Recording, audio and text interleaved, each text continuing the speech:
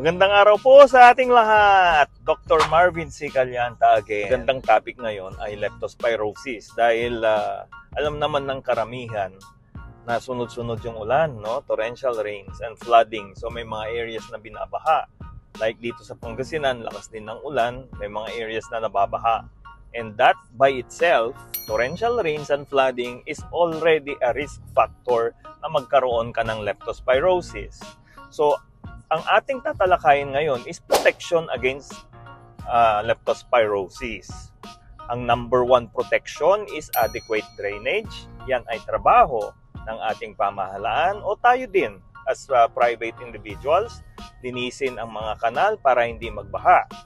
Pangalawa, kung pwede, umiwas na lang sa baha. Kung hindi naman mahalaga ang iyong pakay sa labas, mabuti na lang na ipagpaliban ito.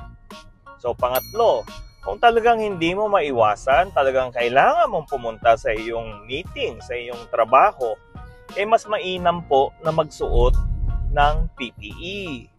Pwedeng bota kung medyo hindi naman ganun kalalim ang baha. Or pwede kang magsuot, nabibili ito sa Lazada, yung parang ginagamit na hanggang dito sa leeg. So yun, pangmalakasan yun sa mga malalim na baha. So it's better to be protected from exposure to flood than taking prophylaxis. So ulitin ko, no? Kung hindi naman kailangan na lumabas, huwag na lang lumabas. Pero kung aksidente, ikaw ay na-expose sa floodwaters, tapos may sugat ka, marapat lang na uminom ka ng prophylaxis.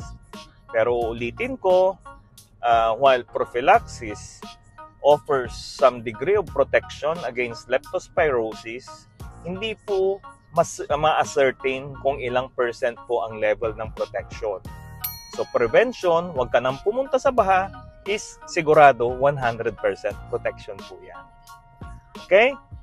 So yan po ang ating advice sa ngayon at napapanahon dahil sunod-sunod ang ulan.